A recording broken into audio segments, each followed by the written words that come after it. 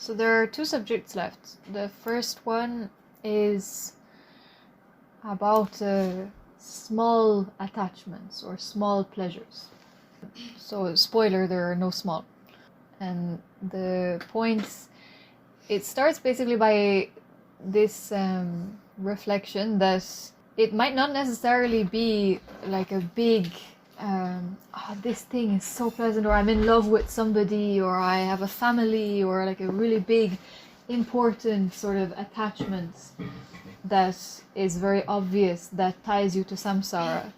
It's enough for it to just be even like with the practice life goes well, I can manage most things that arise, I don't have as many problems, like when I do have problems it's not as problematic, so life is comfortable and life is good. But the problem is that even though you can be managing a lot of things much better, or having a lot of becoming a lot less emotional or a lot less troubled about most things, for example, it doesn't mean that you're still not taking comfort in some, like, just the simple thing of being busy in something, or having some satisfaction of, it can be very small things, like just little pleasures that keep life agreeable and that make it comfortable and that make it enjoyable, little things that you take pleasure in, or that I will go for this, or I will go talk to this one, or have talking, laughing, or just eating pleasant foods as much as you want, or whatever. Like it doesn't matter. Like there is no such thing as a small attachment. It doesn't need to be a huge important object that is tying you to the world of the six senses. So it's important not to confuse. It's not the objects that are to blame, or that are important or not important, or big or little, or significant or not. It is the pleasure that you take in them, the enjoyment or delight in regard to them. So even, small happiness are sensuality. And the difficulty also is that as long as you're like surrounded by this and it all goes well and it's all kind of there, then you might not necessarily notice the problem with it. You might not notice that you need these things to keep it pleasant and comfortable and happy and enjoyable. I mean, a kind of obvious example is that if it's really only Dhamma that is making the life less suffering, then it would not be a problem to have suddenly all the subject removed and all the things that you do and everything. Like, example, being in a 10 days, now the mind is much more squeezed than it is normally for most people. And like this is when it shows, like I do depend on having all of these things to do and these people to talk to and this to keep me busy and etc., etc., that you don't necessarily notice most of the time. And it's good to notice this and realize that it's a problem, because it's precisely by saying to yourself, or by not thinking about it, or saying to yourself that it's not that important, I'm not really attached, or it's no big consequences in doing this thing again, or keeping this little habit, or whatever. By thinking that it's not important, you continue to do it and you don't do anything about it, and you never try to break free from it.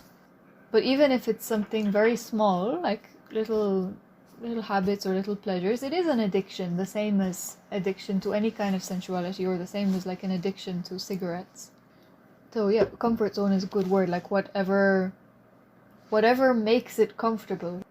And the other point is that there is no kind of magic solution, like I have to somehow understand so well that there will be no more desire or greed that arises and I will have no more interest in the world. Like, you have to stop it. You have to sort of go against it while still having the, desire to. One example is just even like clicking on a news story.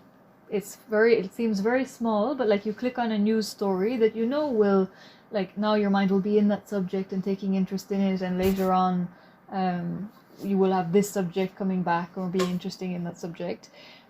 But the curiosity, or to know about this, or to like think about this, is there every time. And it's not like to make kind of I will never read any news story again or something like that. It's just to kind of realize that all these little things I do, or little kind of ways that I take interest in things, or have like little moments of fun, or kind of anything that comes through the senses, it is a problem, and you don't, yeah, you're never going to suddenly understand so well that now, suddenly I'm not no more interested in reading the news. You have to kind of say, okay, like, it can be different for everybody what their kind of a little addiction is, but you have to start to break it, just to go against it, to not follow it or not fall into it. But yeah, the main point is that, like, for example, a person who is with an addiction to cigarettes, while being addicted to cigarettes, he can understand that it's has so many problems. Or alcoholic is even a bigger example. Like, while being an alcoholic, he can realize, oh, it's not good to be an alcoholic, and like, I have all of these problems because of being an alcoholic. But it doesn't mean that suddenly he will just be able to stop without any effort. Like, he then has to actually put the effort to not follow his addiction again and again and again and again, to not give in to the, desire to go and drink alcohol, until finally now he's like free from it, and then he doesn't need to put the effort anymore. So Dame is like this, to swim against the current of all the habits and everything that all the comfort zones, is to swim against the current of all the habit zones and all the comfort zones that you've built over thousands and thousands of lives. It's not easy, but it's in order to just be free from it eventually, and then to be, like, not have to make the effort to be free from it anymore, because you are free. So yeah, it becomes more subtle, but it's still like the same thing basically. And it's, Ajahn was giving the example also of the Buddha who was teaching the group of monks and telling them, like,